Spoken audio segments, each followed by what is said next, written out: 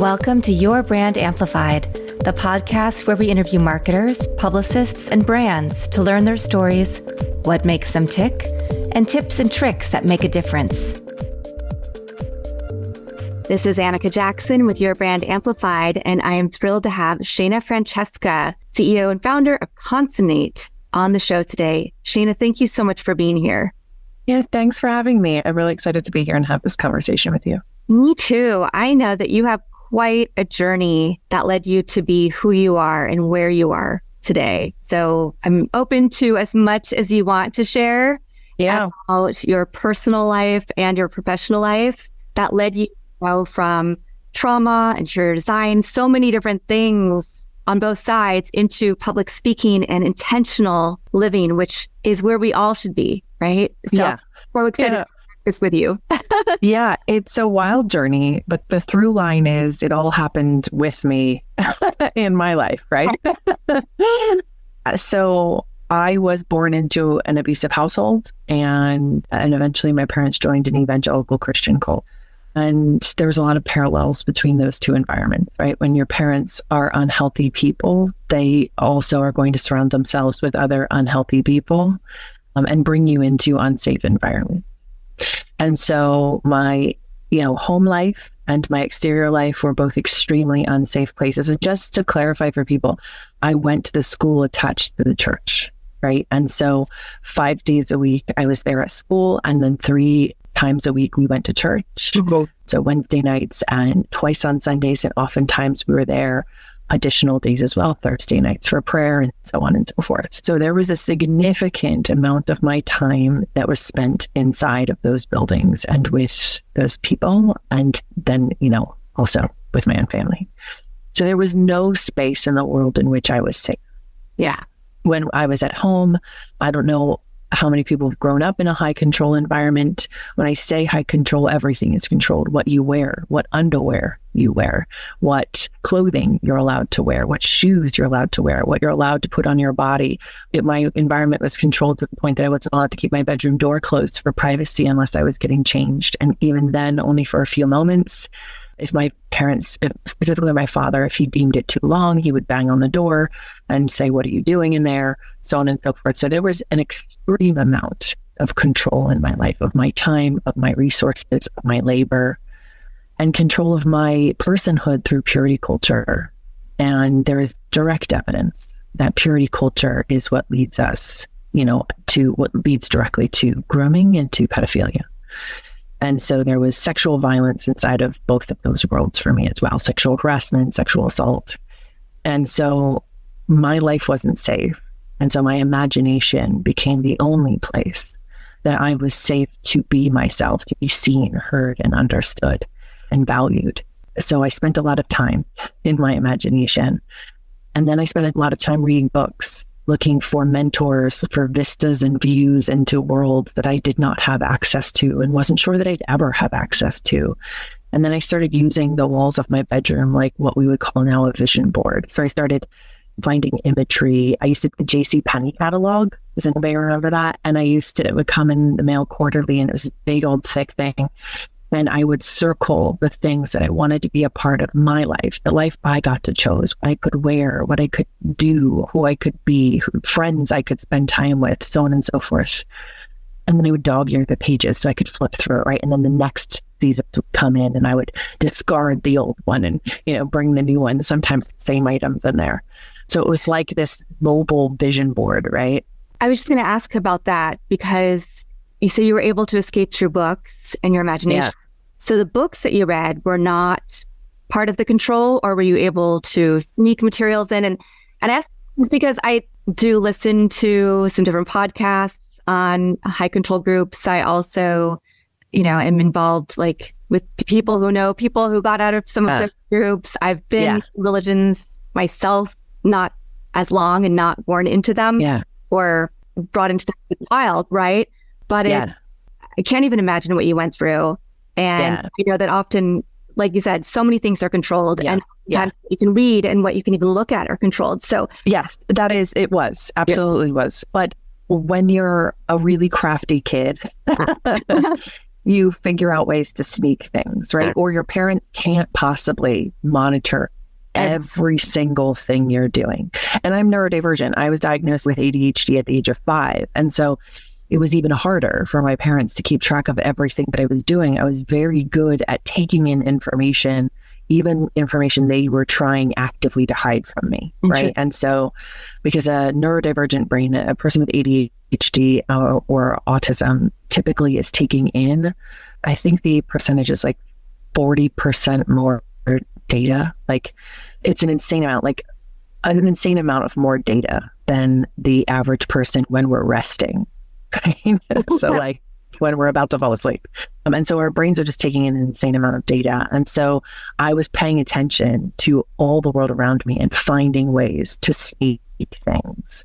But yes, my parents would take the power. Back then, power cords were not what welded into things or like completely connected. So my parents would take the power cords to TVs, to radios when they left for work, if we were left home by ourselves. What I read was highly controlled. Everything was controlled. And yet I found a way to sneak things, right? And then I was working outside of the house at 13. I was babysitting. And so I was paid in cash. And so my parents didn't have full control of that was kind of the benefit back then, is like, okay, so I could hide cash and they're not going to like cavity search me, right? Like they didn't. They weren't quite that controlling. And so, I was able to gain access to books and magazines and things. There was some teachers at the school I went to who would take me to Barnes and Noble sometimes. And they, in good faith, thought, oh, she's just going to, get the things that are approved by her parents. Absolutely not. Absolutely not. I was not doing that. And so, I found a way. And then, I started reading authors that were Christian authors, but may not have always been Christian authors. So like C.S. Lewis, I read all of his nonfiction. I've actually only read one of his fiction books. I've only ever read Till We Have Faces. I've read, I think, all of his nonfiction, which gave me interesting views into what a life outside of Christianity could look like, outside of, this strict, very controlling Christianity that I grew up in, and through music and so on and so forth. And when I got older, I was still working. So I had a car and I was able to drive, so there was a certain amount of autonomy that was eventually gained because it had to be, right? My parents couldn't do everything. They had 4 kids. So I was the one driving people around and they couldn't control the radio in the car. Right? So, so eventually, it was slowly making my way toward, doing things that were considered rebellious, right? But now I look at it and I say, there's no real such thing as rebellion. Not really. Because we get to determine who has authority over us. And if we do not recognize that authority, there is no such thing as rebellion, right? And so my parents had no right to behave the way that they were. And so they had no authority in those moments. It was not rebellion. It was simply me acting on who I was meant to be and me seeking freedom, which is not rebellion, right? So my imagination became this place that I was able to go and find safety. And eventually that turned into me imagining spaces where I could be physically safe and I could feel represented and seen and heard and understood. And then I thought to myself, well, what if I did this not just for myself, but for other people? So I went to school for interior design. But along the way, I realized I was looking at it from a very specific place, right? A place that most people would not understand and could not understand. I wasn't looking at it as just creating beautiful spaces. I was looking at it from getting to know my clients, who they were, how they wanted to show up in the world, and then crafting an environment that essentially functioned like the stage they were going to tell the story of their life from, right? Not in a performative way, not in a like, look at me way, more in a like, this is me way, right? Like, this is me. And being able to feel comfortable to share that with the world because it's authentically represented who they were, and doing the work to feel safe to do that, right? Because so many people don't even feel safe to take up space in their own home. They feel judged. They feel like they have to hold up the society expectations. This is the dining room, so it has to have a table and chairs. This is the living room, so it has to look like this, right? And we don't give ourselves permission to take up space even in our own home in a way that aligns with our own wants, needs, and desires. So I give, not that my clients need my permission, but I empower them to have that. And I still do some interior design work. But along the way, I realized that this coaching aspect, these conversations, my work does not focus on coaching, but I was coaching through these conversations. And my clients are judges and lawyers, heads of medical departments and business owners who've been in business for decades. And they were, taking my advice and seeking my advice and my wisdom in these aspects. And then I was asked to lead this group. And I led group coaching for 2.5 years and around this concept of intentional living and leadership. I just didn't call it that yet, but that's what it was. I didn't have that language just yet. But after 2.5 years and working with 100 people, I was like, there's something here. There's something here. And there's always been something here. And I don't know exactly how I'm going to share this with the world in a bigger way. But so many people are identifying with what I'm saying and finding value in it. I want to be able to have this conversation with more than just a few people at a time, right? Because I can only take on so many interior design clients. I can only affect so many people that way. But if I could have a bigger platform or a microphone or whatever it was to be able to reach more people, that would be a different thing, right? And so I took a step back. I rebranded my business because it was just an interior design business. So I rebranded to Concinnate. And then I decided to just go for it and see where this took me. And I started going on podcasts like this one and having these conversations. And I started to really recognize the more I worked with leaders, through my keynotes, through consulting, through my workshops, the more they're like, this is very valuable information. And for my own purposes, I'd been researching leadership for a decade, right?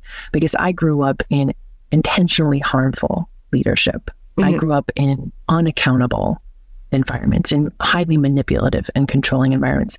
When I started my own business, I didn't want to do that. So I started researching leadership for my own purposes and for my group coaching, starting when I was 29, right? And I just turned 39 2 days ago, right? Happy birthday. So, thank you. So it's been a decade of research, and it started out just being me, and then it started being to work with my clients and so on and so forth. And so there's been this interesting evolution to, now I'm an expert in leadership, getting to have these incredible conversations with all kinds of leaders around the world.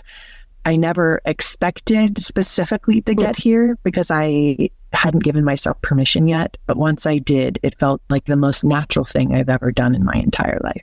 Well, I have a few questions for follow-up. Yeah, go for One it. is, I agree. I feel like a lot of people need to hear that somebody else is giving them permission for them to give themselves permission to live intentionally and to go after and achieve what they really want in life. Yes. So I love that you flagged that for us. Yeah. Also wanted to ask, at this point, when you were 29, were you out of the religion? Were you out of the high control group? Yeah. I was not out of the religion. I was out of the high control group. Okay. Yeah. Okay. Yeah. I left at 26 and then went to a different church, a non-denominational church, because I thought, okay, it's just this specific denomination. If I go to a non-denominational church, then there's not this significant focusing of power in a way that would so easily harm people. I was wrong. That church ended up following the exact same pattern of behavior and started, and was also not being accountable for the monies received and what they were doing with them. And even when you asked, they have to disclose it once a year, but that feels weird, when it's your money being taken. Yeah. There should be continuous accountability to what's being done with it throughout the year, not just once a year disclosing what you've already done with it, right? All they're disclosing is what they've already done with it. There's no accountability or investment and people saying, hey, this is what we'd like to do with this money that we're providing, right? Then I went to a different church and the same pattern started showing. And then my pattern recognition skills were like, oh. Okay. Yeah, that's something too. I feel like in our lives, we get the same lessons over and over again until we finally are like, oh, see the pattern. I see the pattern. This is. Yeah. And that moment of recognition is often when things change. Yeah. Right. But it takes time and we all have to go through a process to get there. I have experiences not with religion, but with relationships and other things where I'm like, that's my pattern. And then the next relationship I was in was completely different. And I didn't do it differently except recognize what that pattern is, right? Yeah. Because when we can recognize the pattern, we can address it quicker and we're wasting less time repeating, right? We're spending less time repeating the thing. But until we recognize the pattern, we can't see the harm, right? Like we might feel the harm after it, but we're not sure how it happened. And then when we see the pattern, we're like, oh, now I know how it happened, right? And so I think it's a completely human thing and a completely natural thing. I don't think we should make ourselves bad or wrong for like having a pattern of behavior unless we never address it, right?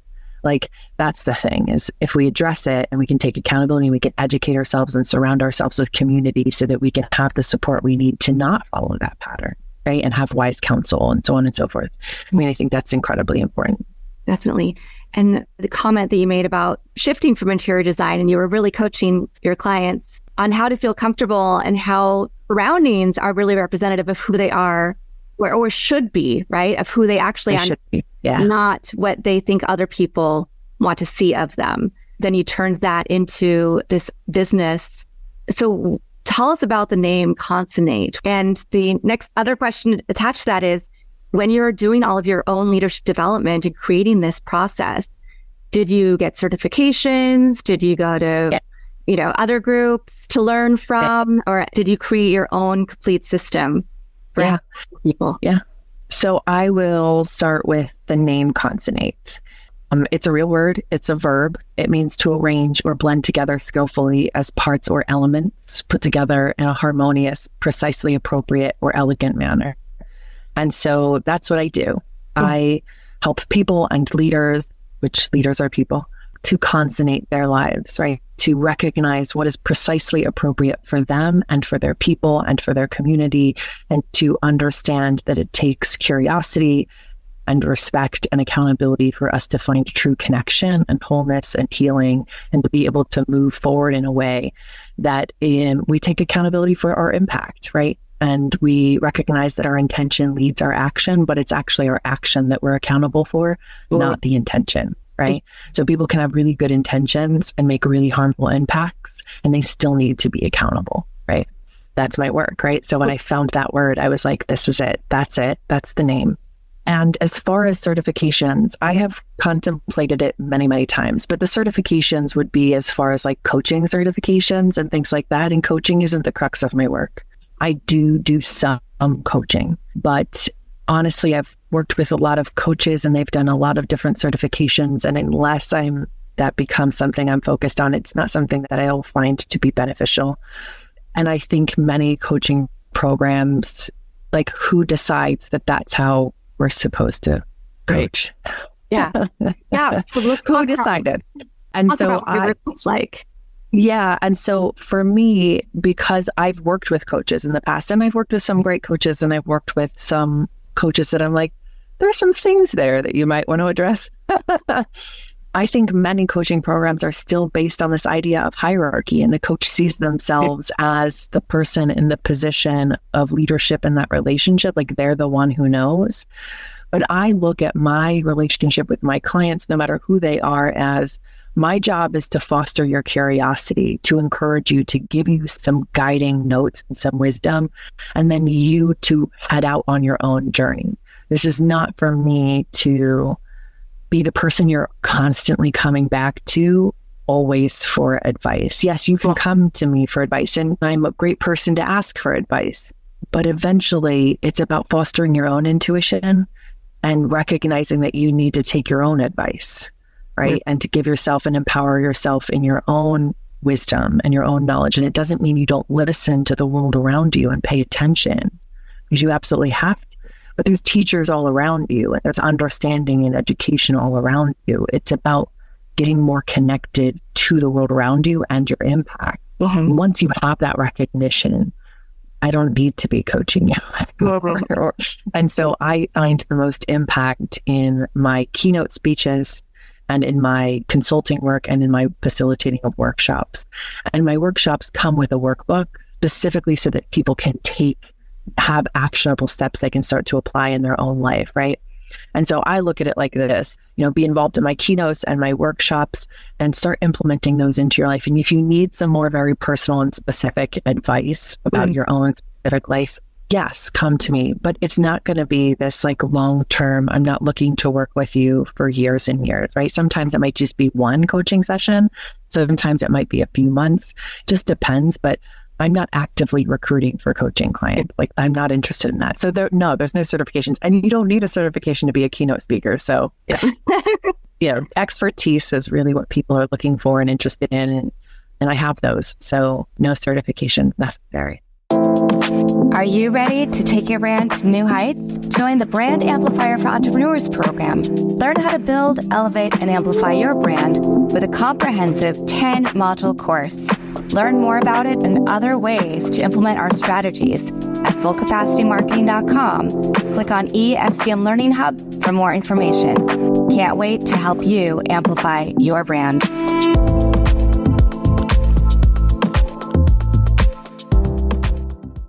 So how has your life changed since you've made this pivot?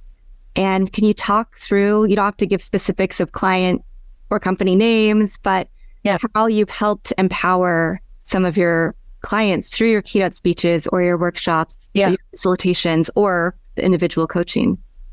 Yeah, it's so funny because whenever I wrap a workshop or whenever I'm done a keynote speech, I was talking to another friend of mine, and I was like, almost every time it's silence. Dead silent. And the first time that happened, I was like, oh my God, they hated it. But they didn't. And then I started asking, I was like, does anyone have any feedback? And somebody piped up and they were like, I'm just trying to process. There's a lot of really great information and I feel like I need some time to process and really figure out how to implement this. And I was like, oh, I So I've worked with everyone from sole entrepreneurs to CEOs of large corporations, workshops or facilitated workshops, or they've been a part of my keynotes, whatever it is. And I see this shift, and someone defined it this way. They're like, oh, I get it. You're teaching people how to be human. And the thing is, because so many of us weren't taught how to be human, we were taught how to survive within capitalism, right? We were taught how to survive within these current systems, which doesn't allow for much humanity. And so I think the crux of my work has always been, whether it be my interior design work or my intentional and ethical leadership and living work, it's always been a return to and an understanding that not only returning us to our humanity, but the recognition we are a part of nature. We are nature, right? We live in our homes that separates us and seeks to keep us from recognizing that and understanding that, and really knowing the power in that, right? And sharing this world with all of nature and in the reciprocity that could be happening and in the health that could be found in that reciprocity. And so, it's the crux of my work is just humanity. You feel, because I feel like it's been there, but with the younger generations and with COVID and all of us having to be more introspective, or I would say most of us going to that place, being more introspective and thinking about how we want to live and who we want to be and how we want to show up. So have you seen a shift in that in your work, with just the number of people reaching out to you, or how people are approaching, or people being more open to this? Yeah. There's usually one of two reactions, but there's a variety of reactions, but the main ones I see are people getting defensive. That's not the main reaction. That's like a small reaction. Or people being like, wow, they feel like you can tell, I could see it on their faces, how it connected to their soul. And they feel like they just heard truth, not for the first time in their life, but for a really important time in their life. And that's really important, right? Like that they recognize that there's an existence that honors their humanity, that they can be a part of crafting and creating. And then there's people who get defensive because it means a profound shift, right? And even though it's not hard and it doesn't take that much work per se, it takes a lot of consistency and dedication. A lot of people have been raised to value comfort over everything else, right? And to be human, to be alive is uncomfortable. And so the constant seeking of comfort is part of the problem, because we really just need to get comfortable with being uncomfortable. Yeah. Because it's in the discomfort that we find our humanity, right? It's in the discomfort that we find each other, right? And I don't mean like harming one another. I mean growth is uncomfortable. I mean, accountability is uncomfortable. And without accountability, there is no connection. Mm-hmm. There is no relationship without accountability. And I think people feel that, they just don't have the language for it yet. So it's like when I give one of my speeches, they're like, oh, that's the language I've needed my whole life. Interesting. Right? And it's taken me my whole life so far to find the language and read a lot of books to ultimately piece it together. Right. And so I'm happy to like give people this language and then for them to take that and make it their own and add to it and expand on it and be empowered to like move through their life looking for more truth that aligns with who they are. I love what you do. And it's interesting because I feel like as a brand marketer and publicist, the approach that you take in your work is very much what I try to do in my work. For instance, I'm also a professor, and when I'm teaching branding, I'm teaching it from the perspective of who are you at your core? What are your values?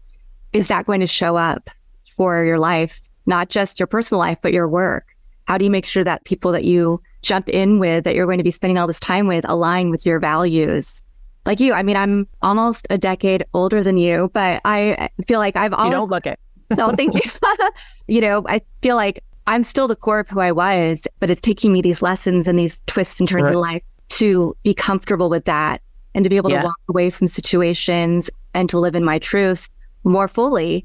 And every day I get a little closer to owning it. And then you take a step back, you know, you have to, then you have to get uncomfortable again and go, okay, I can't do this. So I really, really love what you're doing. And it's really important for anybody, whether you work for a company, whether you're a CEO or a leader, or whether you're a manager, or whether you're an entrepreneur, whatever your journey is, to be able to live fully as yourself in all parts of your life is really what you're helping people get to. And I think that's what the world. Yeah. And I love the way that you're taking that and using that in the marketing space, because I don't think people recognize how vulnerable it is to be in business for yourself. And when you go into business for yourself, if you're not willing to be that vulnerable and recognize that you will be seen in ways you never thought, right? You will be seen and understood through your product, the way you talk about the product, the way you show up, how you lead, the people you hire, the culture that you cultivate. It's all a reflection of you. It's a house of mirrors. Right. And if you're not interested in being in a house full of mirrors, constantly reflecting you back to you, don't go into business for yourself. Because eventually, when you sell that product, when you share what your business with the world, you're inviting people into that house of mirrors. Right. And so then they're seeing those reflections of you too. Right. And so it's an extremely vulnerable experience. But the reality is that you will always be a part of what you sell, what you do, what you create, always. And so even if you're trying to hide everything that you are, it will leak out because your perspective is what crafts what you do and what you make. Right. And so it's like, good luck. Good luck hiding yourself. It's really much better to just step into it and own who you are and just like go for it. You know? Yeah. Yeah. And I think everything we are is infused, whether you're religious or spiritual as well, plays a component in that. You talked about your journey of going from a high control group to trying other denominations or non-denominations within Christianity. Do you find yourself now on that path or on a more spiritual path? And do you also see that as something that's missing from people not thinking about that aspect of their lives? Yeah, I would say I've walked away from religion entirely. I'm not interested in religion at this moment. Could that change? Sure, but I don't think that it will. What I am interested in is the recognition that there is plenty of miraculous existence in this world, right? And that we are all connected to one another. All life is inextricably connected. And do I think that there's something miraculous about that? Yes. Do I believe in a puppet master in the sky controlling it? Not in the way that I was raised to believe. I don't believe in the puppet master. Do I believe that there might be like a God particle or something that sparked this world into existence? Sure, but I don't think it's controlling it. Yeah. I don't think that it's in charge of it, and I don't think it's all-knowing, whatever it is.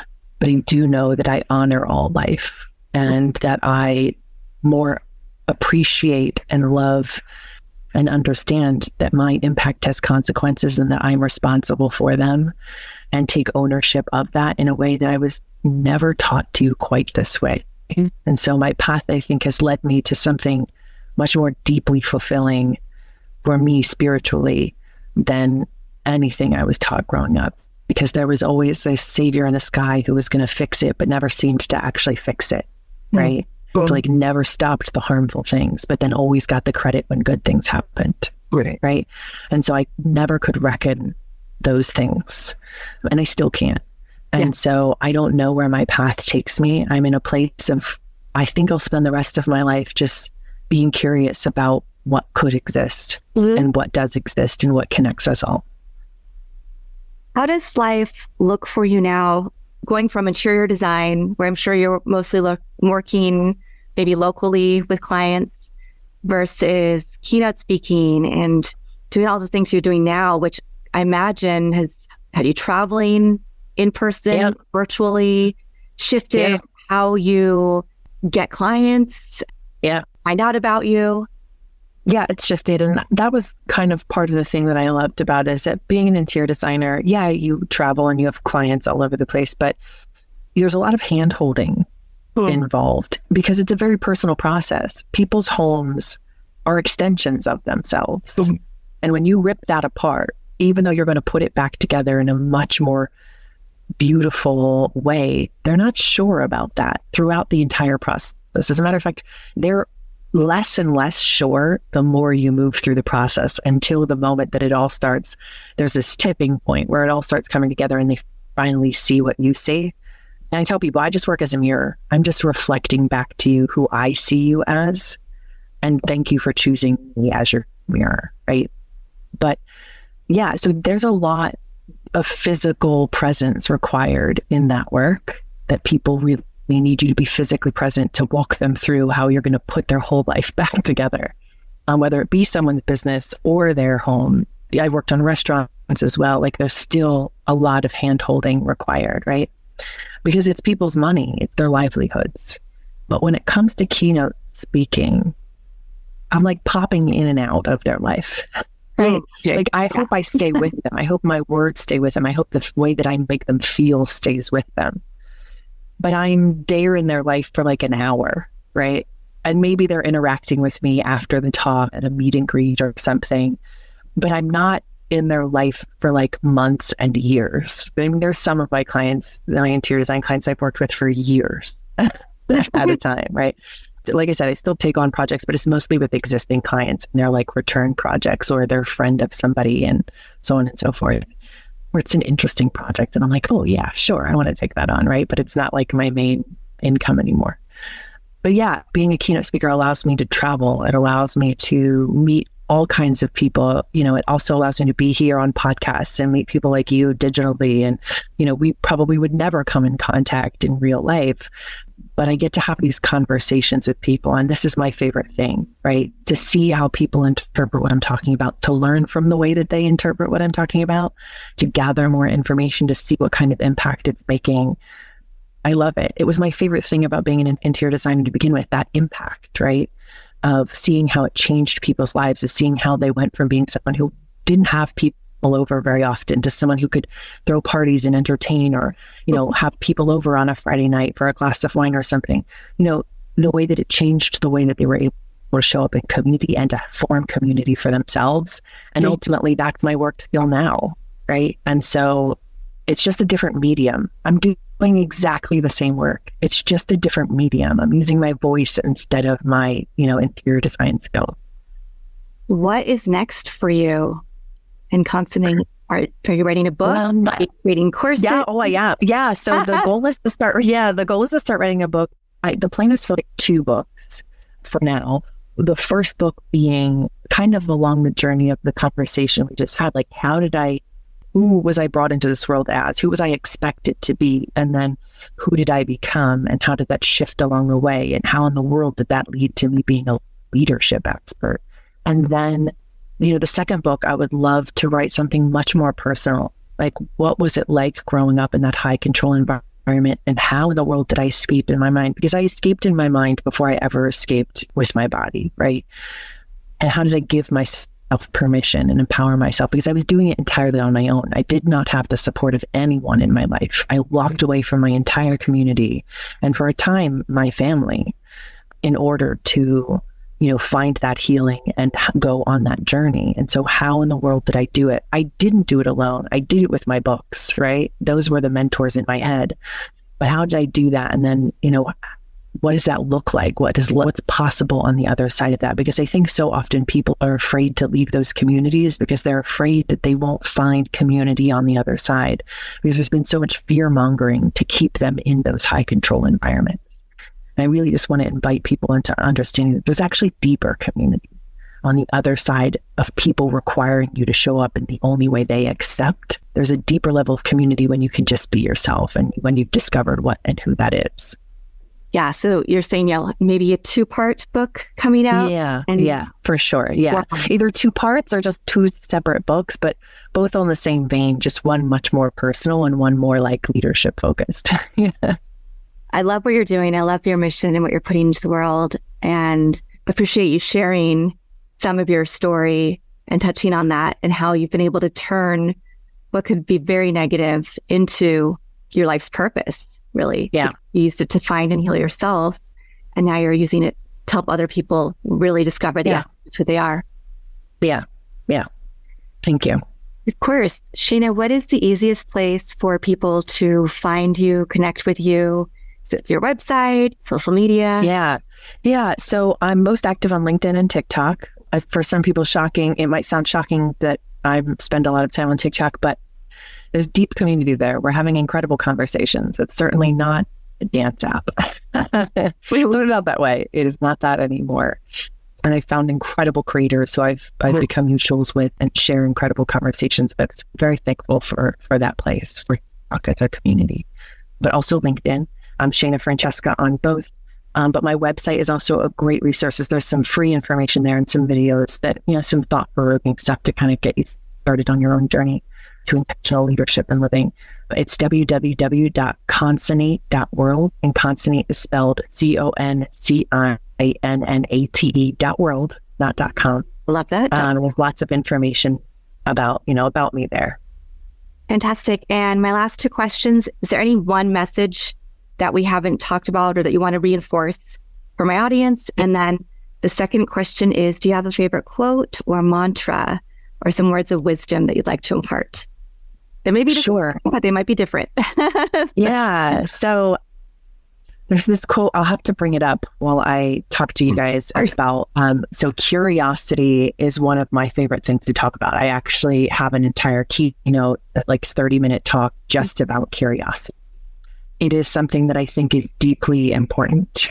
And when we take the time to recognize that we cannot connect to other people or the world around us if we are not curious about it, right? If we do not desire to learn more.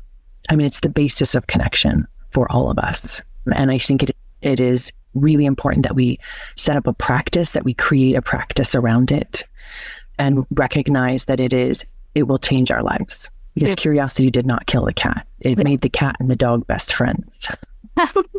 But there's this quote that I have on my LinkedIn. I forgot that I had it here. And then I was looking at it for a talk submission the other day. It's like, oh my God, I love this quote. I forgot I had put it here. The quote is by Isadora Duncan.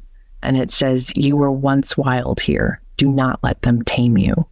And I think maybe an aspect of my work is reminding people or teaching people. I don't know that I'm teaching them. I think I'm reminding them that they were once wild, right? And that we are part of nature, and that maybe taming wasn't what needed to happen, right? Maybe just needed wisdom and guidance to be the best versions of ourselves. We didn't need to become a version of ourselves that other people wanted. We needed to be ourselves, right? And so I just want to remind people to, tap into your wild. Awesome. I don't think there's any better way to end than on that statement. I really appreciate you being here today and your time, and looking forward to people going to your website and your socials to connect with you and learn more about how they can really dive into intentional living.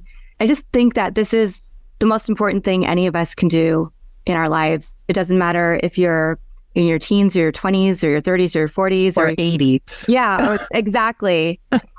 Really thinking about how you want to live authentically and not be that person who's at the later end of their life, looking back and reflecting and having regret, but how to live fully and with joy and love and connection.